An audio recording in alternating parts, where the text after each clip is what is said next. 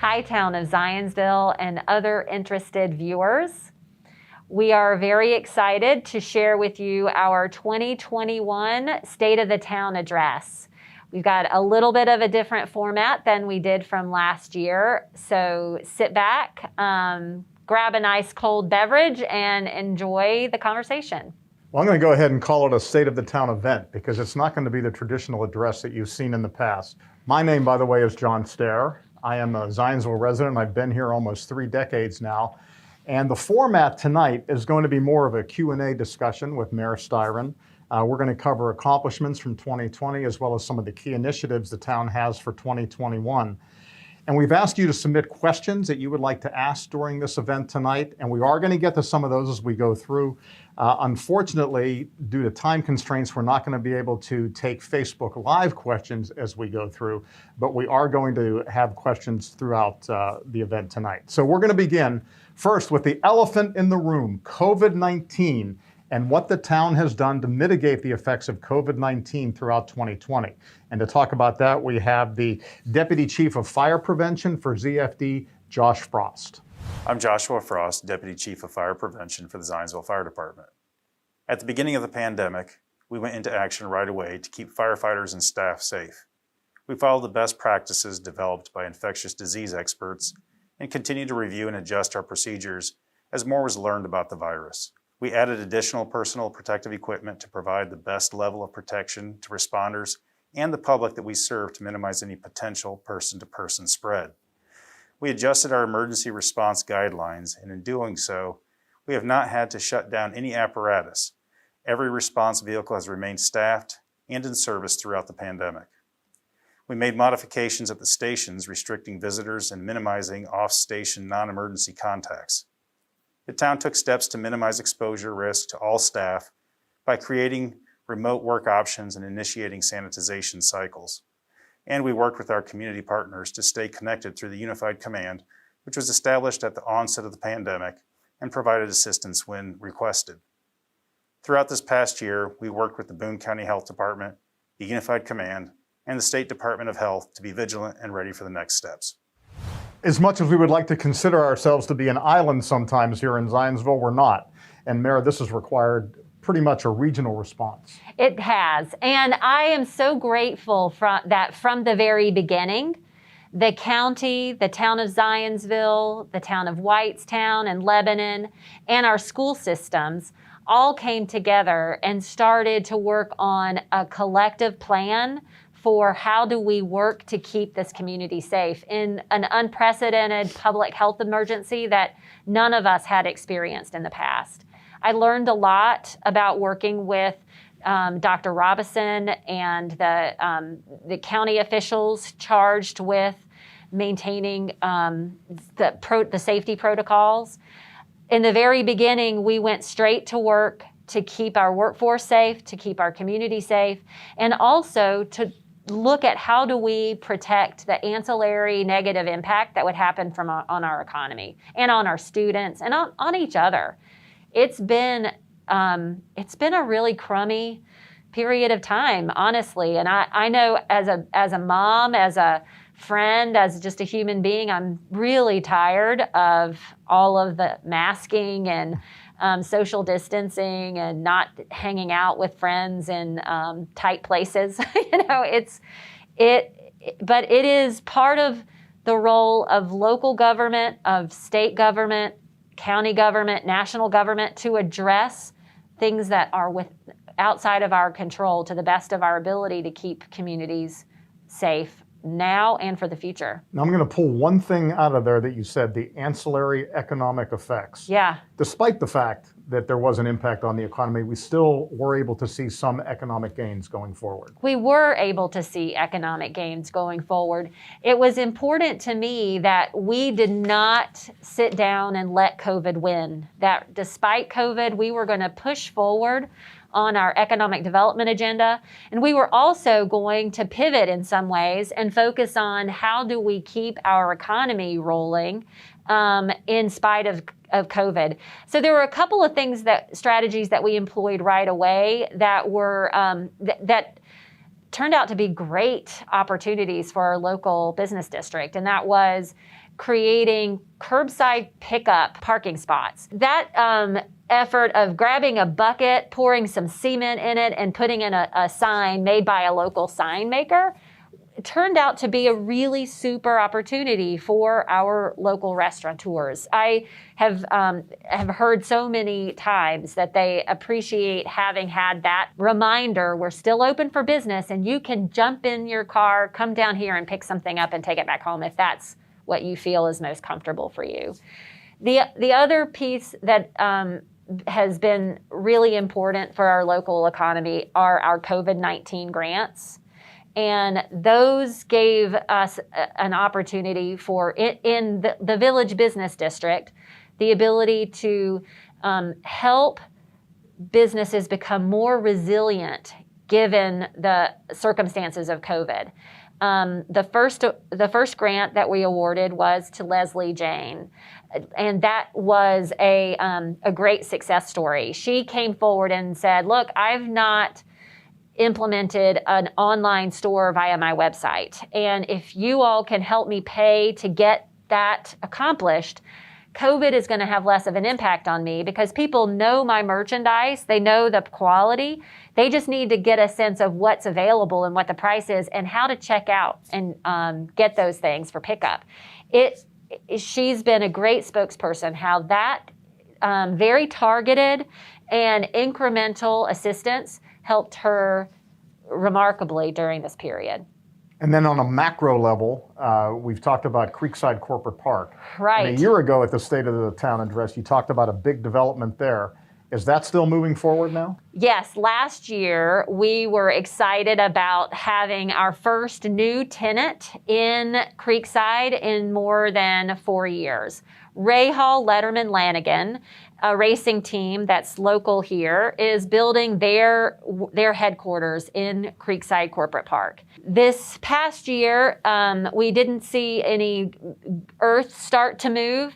Like everything else, COVID slowed that process down, but we are looking forward to a groundbreaking coming up soon, and I cannot wait to see the amazing building this team has designed to be prominently a feature of our 106th Street Parkway. And also throughout the pandemic, there's been an effort to support local businesses and increase community engagement. So we're going to hear now from the Director of Planning and Economic Development, Wayne DeLong, about what the town has done in that regard. My name is Wayne DeLong, and I serve as the town's Director of Planning and Economic Development, and it's my pleasure to speak to the awards associated with the town's grant program in 2020. While the town has provided assistance in many forms over the years, no year was more challenging than 2020. Because of this, the town created a new grant program to deal with the issues created by the pandemic. The program was designed to offer cash assistance to local businesses impacted by COVID-19, and as well, we participated in the Propel microloan program facilitated by Boone County. These two efforts alone assisted 22 local businesses who sought relief in 2020. In total and across all programs, the town awarded nearly $400,000 in community assistance. Even though we had a pandemic here and it was really bad last summer, they were still able to have some fun in Zionsville. We did. I'm so grateful for the Chamber of Commerce and the work that they did to work with the town to pull together Night on the Bricks. We had several different local residents reaching out to me, to council, to the chamber, to anyone that they could come up with this idea of what if we created an open dining area on Brick Street to help our local restaurateurs. And I worked with Joe Culp, Councilor Joe Culp, and Allison at the chamber board to launch Night on the Bricks. And for us, we wanted to support it in any way we could and make sure that there was a permitting process to allow for the the roads to close. Our Department of Public Works team made sure that barricades were in place and brought tables out to be set up for the event. The chamber took on the messaging, the actual operation on the night, on Thursday nights, putting out tablecloths and just really helping to work to make the event as safe as possible. It was a very popular event. It was fantastic. A wonderful respite in what had been kind of a rough few months. I hope it's something that we will continue to look to do in the warmer months post-COVID. We're really excited about that and the way that turned into a community event and showed our resilience and our support for downtown. And despite all the fun, the business of government had to continue. So boards and commissions still had to have meetings, and there was availability made so people could take part in those as well. That's right. Fortunately, technology gives us an opportunity to conduct meetings like, in many ways, we're doing this discussion tonight, using Zoom or Teams video conferencing platforms. We have had record engagement by the community because of this accessibility. I'm a mom. I've got 3 kids, and it's not ever really convenient to get up and come to a meeting. Usually, it's right in that dinner hour, or right after it, or it's early in the morning. So I think that this accessibility, while it was born out of something that we didn't want or didn't expect, I suspect it's going to be around ongoing because it really has allowed the public to be more informed, more engaged, and that's a good thing. And one of the things that's been one of your initiatives since you started is a sense of place here in Zionsville. Mm-hmm. And one of the components of that is that big, beautiful space there at the entrance of town at Sycamore and Main Street, the Gateway Project. Can you tell us what's going on with that? You bet. Well, you and I chatted about the fact that we've lived here long enough to remember when there was a Sitco and a Hardee's. Yes. As you drove into the entry and down into the brick streets. Part of what motivated me to pursue this role in the first place was how tired I was driving up Zionsville Road and entering the blighted entryway of the best town in Indiana, the best town in America. And it's been exciting to be able to start to make progress in rectifying that situation. Tearing down the PNC Bank building, which was vacant and had a broken gutter and mold inside, that was a cathartic moment, truly. I think it was for the whole community to see that come down. But now what? Now we've got a lot of open area that is waiting for investment by the town for community-oriented space. We learned that not having the farmers market on the brick streets, it took away 30% of the revenue that the Village Business District is accustomed to earning on a weekly basis. That's a tremendous economic driver for these businesses. We need to have a really vibrant community space, not only for the farmers market, but for other events that drive more people into our business district for the events and also to spend their money shopping in that area and dining in that area. We know that there have been proposals in the past that have failed. And these seem to have always come about because an interest group wasn't a part of the process for identifying, who would come in and provide development into that area.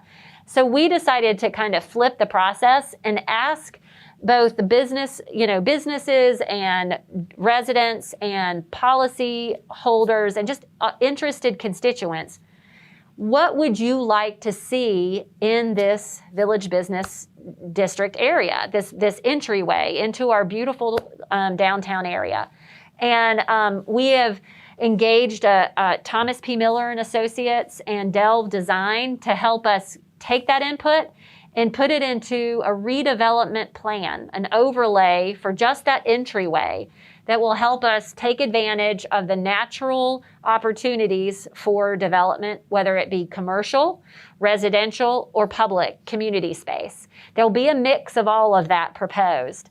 And we've got that information, and our next step is to work with the town council, the planning commission, to vet what we have heard and to start to really put those plans into more formality, using those entities to help guide that process. And once we get people downtown, we need to be able to direct them where they want to go. So that leads us to wayfinding. Right. So wayfinding is one of those kind of municipal government terms that most people are like, I don't know what you're talking about.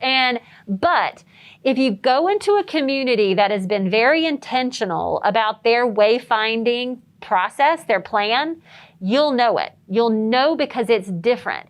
If you go, Bloomington is a good example that I'm most familiar with because I have a student in Bloomington, and over the last couple of years have spent more time down there since the 90s when I was there last. When you're walking down their main street, which is beautiful like ours, you are compelled to stop at every cross street because there is this very informational, vibrant signage that is telling you, go this way if you want to shop for furniture. Go that way if you're looking for Mexican food. A very intentional signage plan that is intended to move you in a different direction to experience something you wouldn't have otherwise done. And Zionsville will benefit, our business district will benefit from that, but we also want to explore how it can impact people's their willingness to do something that maybe they haven't thought about before, like ride your bike from Spring Knoll to the village to eat dinner. You might think, oh, that's going to be too much trouble. But if there is a sign right on the pathway as you enter into it that says, by foot, it will take you 15 minutes to walk. By bike, it'll take you 7 minutes to bike on average. It breaks down these barriers that you might be, carrying with you. And just by simply suggesting it, humans are very suggestive creatures. This wayfinding plan is meant to get people moving and experiencing the amenities and the restaurants and businesses we have here locally. And that's a big external change that's coming, but some internal changes have been made this year too. One financially that increases the transparency in the town of Zionsville. And to talk more about that, we have our Chief Financial Officer, Tammy Havard. Hi, I'm Tammy Havard, and I have the pleasure of serving as Zionsville's first Chief Financial Officer. Starting my position in 2020 in the middle of a pandemic had its challenges, but it also provided the town with unique opportunities. There was a sense of urgency to review processes and implement long-term solutions. Technology, including updated financial systems as well as online payment portals, was high on the list due to the need to social distance, while still providing the same or greater level of service. We were able to utilize the CARES Act grant dollars to partner with OpenGov, a digital government platform, to bridge several gaps so that we can make better data-driven financial and operational decisions. We're excited to continue to roll out these improvements in 2021. Right now, a CFO is something we would normally think of associated with a company, not really a town. Why is it important, you think, for us to have a CFO in Zionsville? Yes, well, you have to remember, I was trained by Mayor Steve Goldsmith in terms of municipal government. And so from my perspective, what you want to do is professionalize your workforce as much as possible or contract work out to professional entities. I wanted very much for the town of Zionsville to have professional level skill sets available to us on a daily basis so that we could take advantage of all of the forward thinking and innovative ideas that people with that level of training and expertise can bring. When we came into office, Julie and I started looking at some of the opportunities with regard to staffing, primarily looking at where did we see some gaps. And for for Zionsville, a lot of things had been operating in the same manner for the majority of the time that I have lived here. And I saw that in finance, we had an opportunity to really start a comprehensive contract management process, to start looking at lessening our reliance on outside financial advisory firms. We were spending, 6 figures on that sort of help. What if we brought someone in with those skills who only needed to check in and verify some information on an interim, iterative basis, rather than hiring someone to develop our budget or to do our budget reports and things like that. We had a fantastic person in charge, director of finance and records, who's been a part of our community for a long time.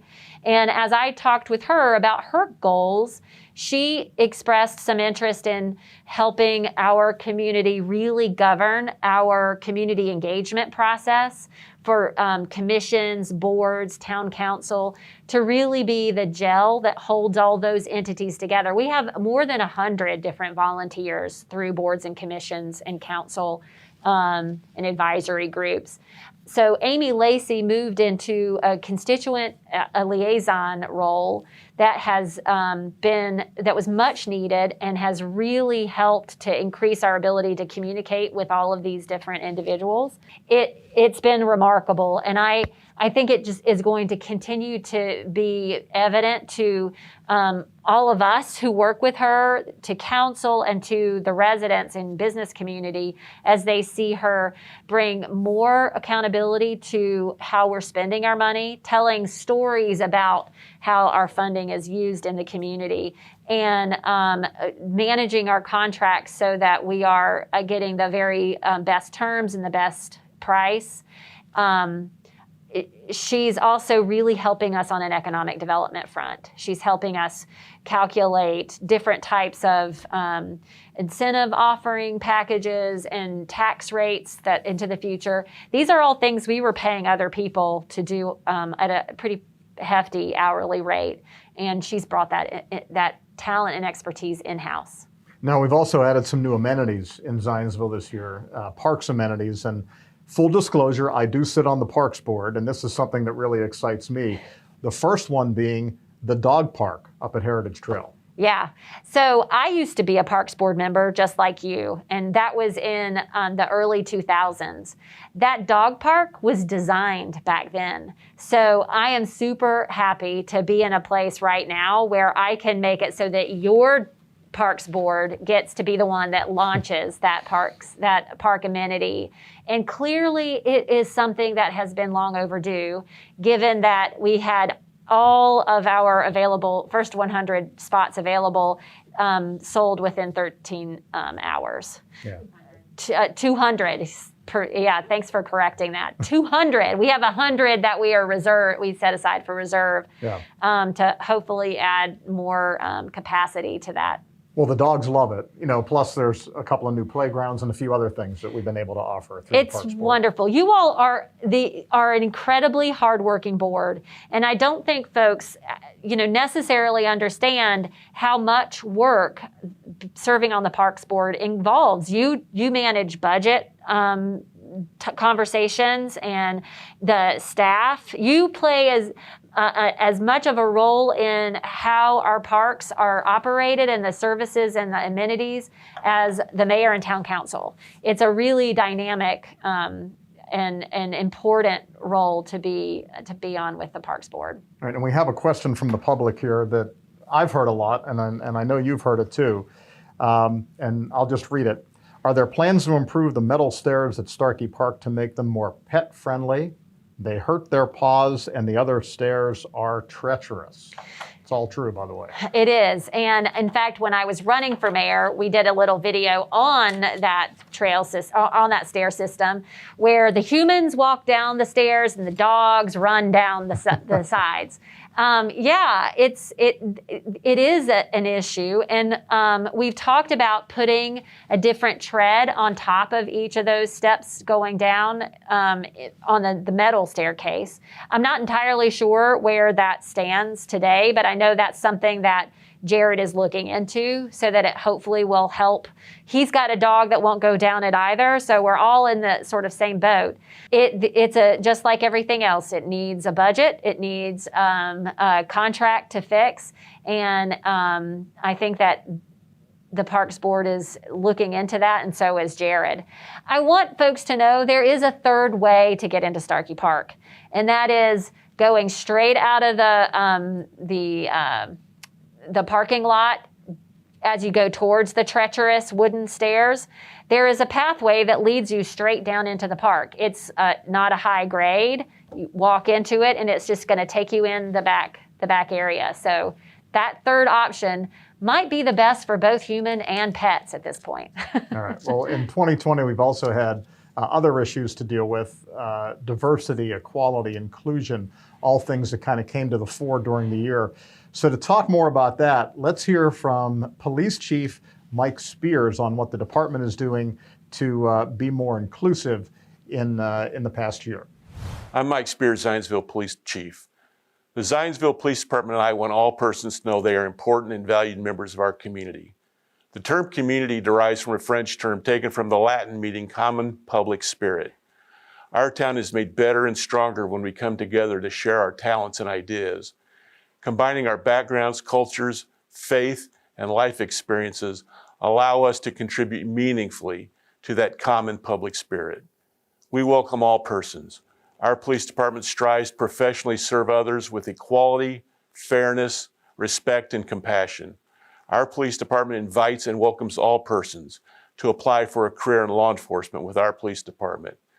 We have taken substantive actions to demonstrate our commitment to these ideals, including implicit bias training for all police personnel, the expansion of recruiting efforts to better reach all persons interested in their career in law enforcement, providing a series of community conversations relative to diversity and inclusion, the addition of citizens on our interview boards to hire new police officers, the appointment of citizens to serve on our use of force board, the implementation of roll call meetings within our neighborhoods, the development of a behavioral health unit to help persons in need of treatment, counseling, or other services. We are working very hard to attain national accreditation and ensure our policies and work meet best practices, and we strongly support Zionsville schools, students, teachers, and staff. We are working hard to reach out to all citizens, neighborhoods, and businesses. If the Zionsville Police Department or I may ever be of service to you, I hope you will contact us. Our police department places the needs of others ahead of their own on a daily basis, and we stand ready to serve. Well, I know from talking to the chief that he is very open to changes and modernizing the police force, making it the police force that we need here in Zionsville. But it's not just him. There's a lot going on around the police department too. There is, and I will say he's such an articulate spokesperson and an advisor, and I know that the rest of us are appreciative of his efforts and how it inspires the entire town. I think that with regard to our community, it's important for us to keep listening and keep listening to members of our community who feel marginalized and want to have more access to participation. It was a goal of mine coming into office to increase the diversity of our boards and commissions. I don't have a lot of appointments to make. The town council generally has a larger number of board and commission seats to fill, but I've worked to increase more diversity in those representation through the appointments I've made, and I see council doing that too. I think that it's a goal we all share to just bring more voices into the local government process. Now I have a question that is a public question that not directly related to the police force, but does speak to some of these issues of inclusion and diversity and all. Can you please address the issue for many in our town that believe that our traffic control boxes should not be areas for political messages? Yes, this has certainly been a much discussed topic. And There have been times when I've wondered, did we need to have this, this artwork contribute to such a charged discussion? Because there have been a number of people who have expressed that same sentiment. And where I have leaned into is that there are young people in our community who have a voice, and they want to share it in the community, and they'd like to echo their thoughts and feelings as it relates to current day conversations that adults are having. I listened to young Zionsville residents who felt very strongly that they had a message to share through their art, and that for them, the message that they were sharing was for those who don't have as loud a voice, and particularly in some of our suburban areas. And I think that while some people have found this to be frustrating and have not wanted to see a clenched fist on a traffic control box as they drive into the entryway, that gateway that we were talking about, I can appreciate their frustration on that and their sentiments. But I also want to let the young people who had the opportunity and the invitation really to produce art for that particular traffic control box, to let their art stand for a period of time while we figure out what we're going to do with that entryway. I don't believe that it is curtailing business in the way that maybe some people are fearful of.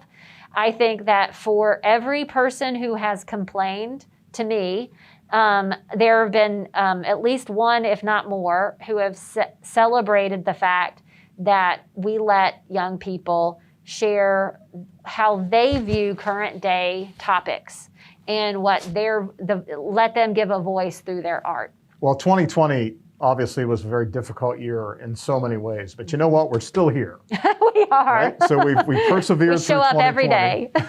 And I guess the one question to bring it all together is, what have you learned from 2020, and what can we use from that going forward? Well, I've been inspired by all of the frontline workers on this pandemic, our teachers, our healthcare providers, our first responders. There's so many people who, regardless of our public health situation, they show up to help other people. And we heard from Deputy Chief Frost talk about the firefighters and their preparedness to not stop and to continue moving forward in COVID-19. And the same is true with our police department.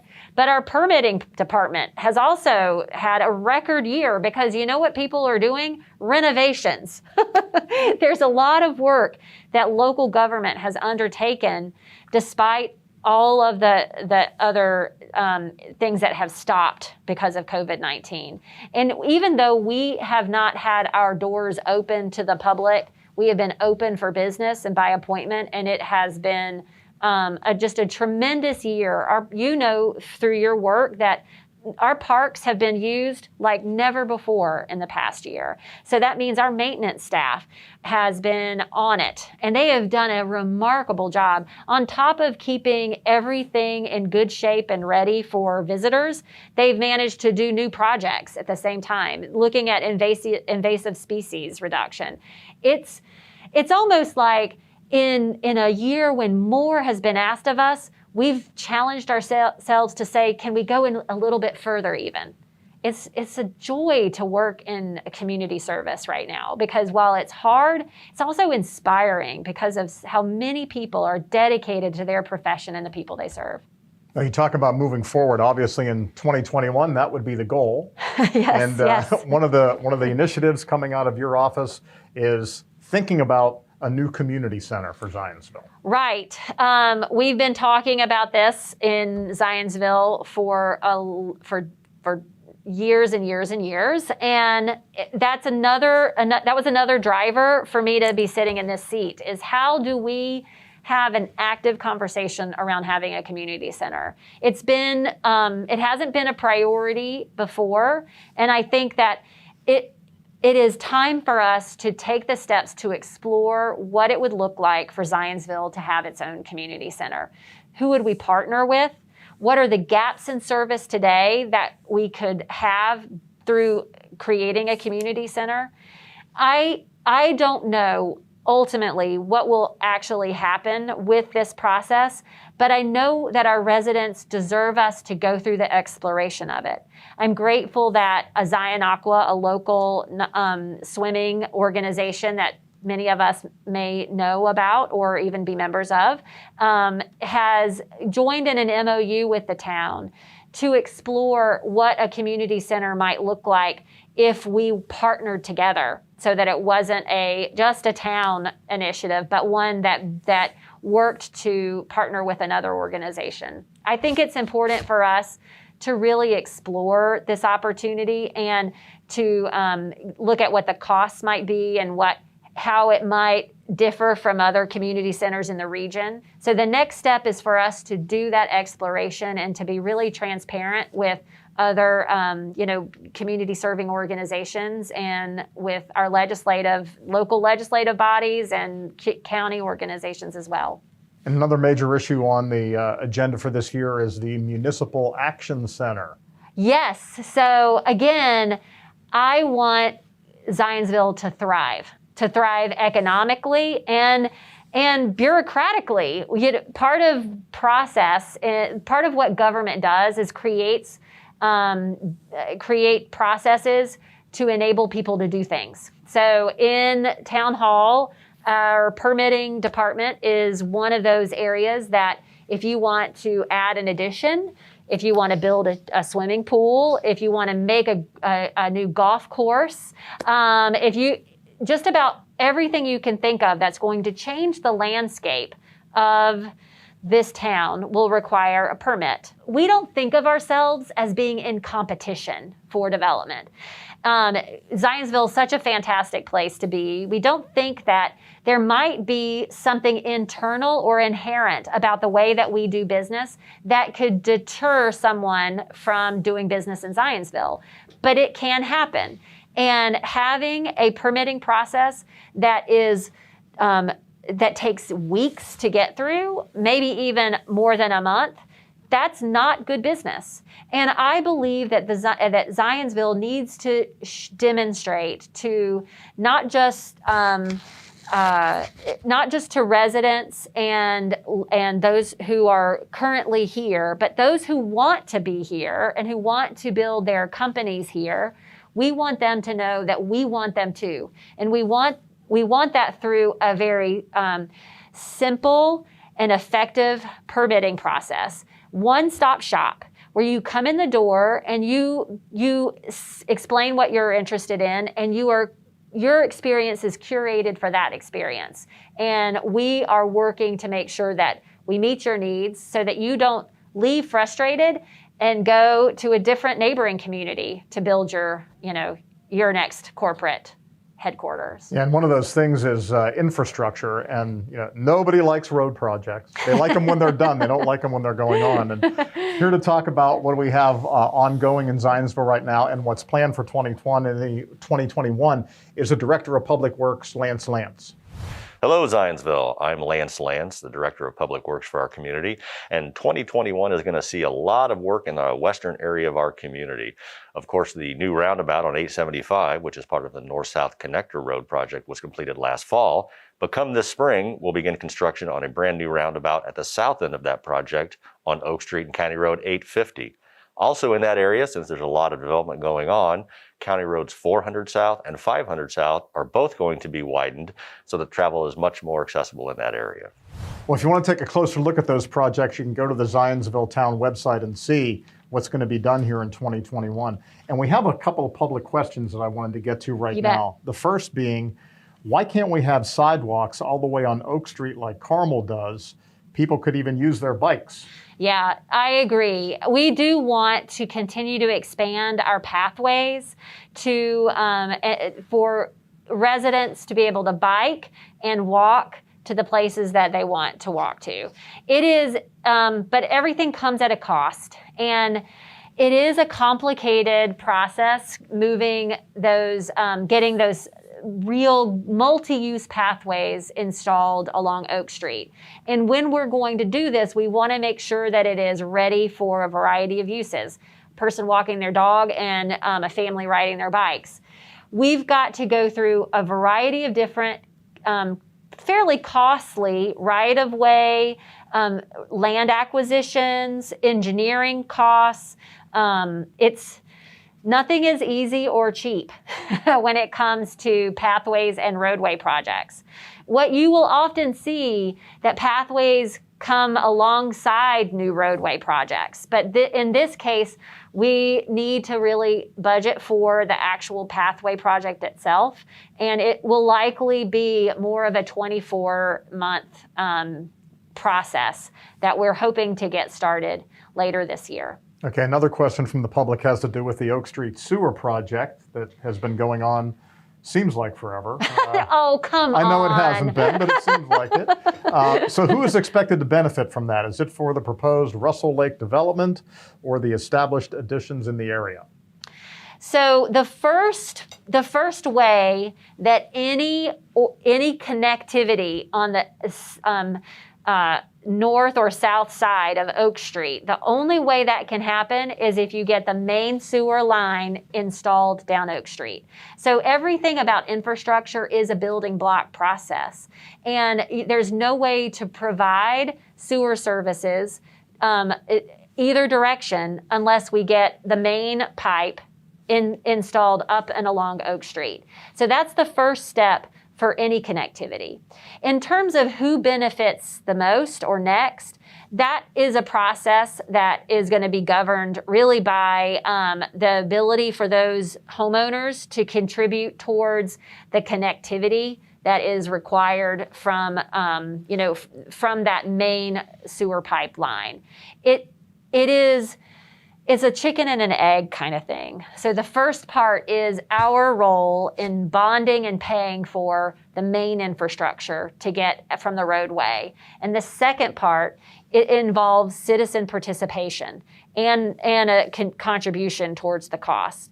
And oftentimes that can be neighborhoods coming together and figuring out how many users that who can say, okay, I'm ready to put in the dollars towards the hookup fee. I could keep talking, but I'm probably going to start using words incorrectly. Lance is fantastic about explaining how these particular lateral projects get added on to the sewer main. One thing that I recommend to you, Zionsville, if you're really interested in more of our Department of Public Works, how do we do that kind of questions, is go to our website and look for videos by Lance. He should be a professor, when he retires, because he is so great at explaining so much about how we work underground and on top of the ground to keep our lives moving safely and flushing.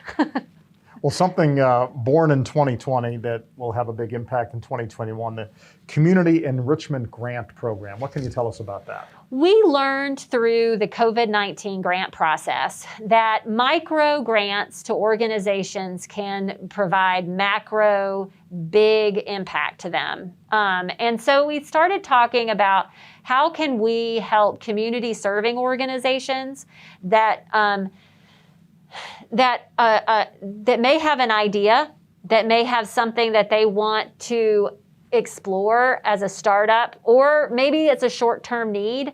And a local community enrichment grant might be able to solve and assist with that. We have funding through the Food and Beverage Tax Fund that is available for us to use for community building types of activities. So we worked with council to appoint 5 members to a community enrichment grant. that grant committee that will review on a quarterly basis grant applications that come in from community serving organizations to award just micro grants to help them, reach a little further, try something new, and in some cases, maybe even weather a tough period of time. The Climate Action Plan is something that's been developed in the past year. 2021 is the implementation phase of that. So what are we going to do to help mitigate climate change here in Zionsville? Well, certainly the first step was to take a look at what are we doing that impacts climate change in a negative way. So that was that work that the team did with IU to really start to get benchmark data that shows where are we on the continuum of either adding more greenhouse gases or looking for ways to diminish them. I think that one of the first things that we have done along that line in terms of the suggestions that came out of that plan is to add the composting service to the rest of our Department of Public Works waste utility offering. That process, we are just facilitating the application and the sign-up process. The individual who runs the composting program, Earth Mama, she handles all of the fulfillment and the billing. It all kind of happens through her, but we're just working to make it easy for residents to connect with that program. All right, here's a question from the public. Does the town offer recycling services to businesses on Main Street? It appears the Brick Street businesses do not have recycling bins. Yeah, so our recycling curbside pickup is for residential use only. We do not have a recycling contract available for businesses. That's our current state. This could be an option for us to talk with the chamber and other business owners to see if there is something the town can do to facilitate a recycling program for them. One thing that we have been doing is adding more recycling receptacles across town, both in our parks and on sidewalks and in the business district. With recycling, it really is the attentiveness of the individual putting material into recycling bins. Sometimes you don't even recognize, you're not even thinking about it, and maybe you don't recognize it's a recycling receptacle and you put trash in it. It can be hard to manage a public gathering of recycling materials just because it doesn't always serve the purpose that it's intended. Okay, well, now on to a subject near and dear to my heart. And again, for double disclosure, I do sit on the Parks Board. And we're going to talk in this section about the Parks Department and some of the enhancements we have coming for 2021. And here to talk more about that is our Parks and Recreation Superintendent, Jared Logsdon. Hi, Zionsville. Jared Logsdon here, your Superintendent of Parks and Recreation. 2021 is going to be an exciting year, all about expansion. First off, we'll be breaking ground on Overly Warman Park. This 53-acre park is going to bring new natural trails, a fishing pier, and Zionsville's first mountain bike course. To join the Overly Warman expansion, we'll also be expanding the northern and southern portions of the rail trail. Not only are we physically expanding our parks, but we're also expanding our operations within parks. With the new Director of Recreational Services, we'll be able to offer not only nature programming, but also fitness, cultural events, and also special events for the community to enjoy. Please follow our newly created Facebook page to stay up to date on all these new announcements. We're also excited to announce that the Parks Foundation will be coming online here in 2021. The Parks Foundation is a citizen-led group that will assist in future park operations, acquisitions, and programming.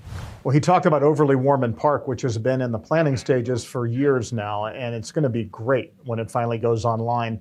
But that's not all. Other good things coming in the parks. Absolutely. And first of all, I mean, I'm just so excited with the direction that the Parks Department has headed in this year. It is a vibrant, idea generating, planning for the future kind of organization. And it's been a long time coming. Thank you for being a part of that. It's just a joy to work with Jared and the Parks Board on all of this forward moving momentum. Yeah, Jared mentioned the rail trail extension to the north and the south.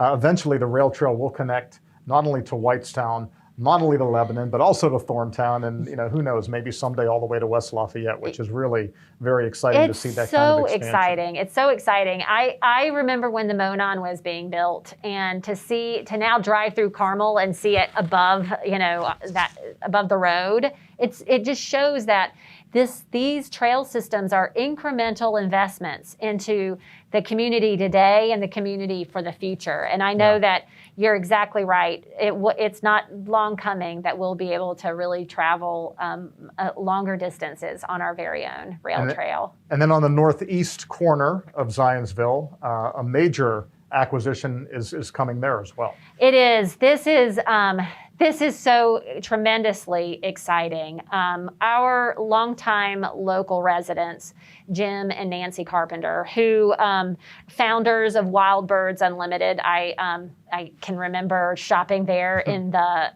80s, 90s. It's terrific. They have purchased 216 acres, formerly known as Wolf Run Golf Club, with the goal of someday seeing this become a Zionsville Park and Nature Sanctuary. It is a phenomenal piece of land. We've walked it several times. You and I have walked it together. It is beautiful trees and hills, and seeing how nature has kind of reclaimed it from the infrastructure put in place from the golf course. It's peace. And to think about this becoming an asset for Zionsville someday is, there's not much that compares to that. The legacy that the Carpenters are making possible for this community is generational. I think that anyone who gets an opportunity to take a look at how special that land is, they will recognize that if that becomes a part of Zionsville's park system, it's a game changer in terms of the amenities that we offer. And no small part of it is that the Eagle Creek runs through there for about 2/3 of a mile, and that is, to protect our watershed is important for future generations as well. Absolutely. And I kind of think about the Starkey Park and how Eagle Creek runs through that nature preserve. And that's here at the southern end of our community, and to think of Wolf Run being on the top end of it. Yeah. It's just a real happy, wonderful opportunity for us. All right, well, we've come to the end of my list, which means that you have the opportunity to make a closing statement and to inspire us all for 2021. No pressure there. Zionsville, it is my great pleasure to be able to serve as your mayor. I am excited about the future and the opportunities that are in front of us, not just for parks amenities and looking at ways that our community can grow sustainably and bring more interest into our community from a business perspective, cultural perspective, community center perspective. We are grateful to be able to work on your behalf and serve this community, and look forward to all the opportunities that lie in front of us, whether they be how we play in town, how we take care of our environment in town, how we grow our economy. There's so much opportunity in front of us, and it's exciting to work with folks like yourself. All right, there you have it, the State of the Town 2021. Mayor Emily Styron, thank you so much. Thank you. I'm John Stair. We thank you for joining us, and we look forward to a great 2021 in what you called the best small town in America.